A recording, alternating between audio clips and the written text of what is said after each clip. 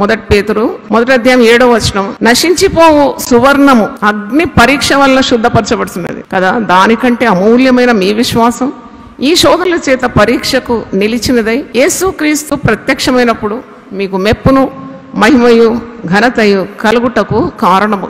వాక్యం నీ హృదయంలో సమృద్ధిగా నీవు సమకూర్చుకోవాలి. దేవునికి స్తోత్రం, హల్లెలూయా. ఇది నీకు ధైర్యాన్ని ఇస్తుంది, శక్తినిస్తుంది, ఆరోగ్యాన్ని ఇస్తుంది, నెమ్మదినిస్తుంది. దేవుని వాక్యం పౌలు ముందుగానే చెప్తున్నాడు, నశించిపోయే బంగారానికి అగ్ని పరీక్ష కావాలి కదా, అది శుద్ధ సువర్ణంగా మారాలంటే నీళ్ళల్లో వేస్తే కాదు, దాన్ని ఎక్కడ వేస్తారు? అగ్నిలో వేస్తారు. నిప్పులో వేస్తేనే శుద్ధి అవుతుంది, దానిలో ఉన్న మలినమంతా పోతుంది. అలాగే విశ్వాసికి శ్రమల ద్వారా పరిశుద్ధత లభిస్తుంది. వారు యేసు స్వారూప్యంలోకి మలచబడుతున్నారు.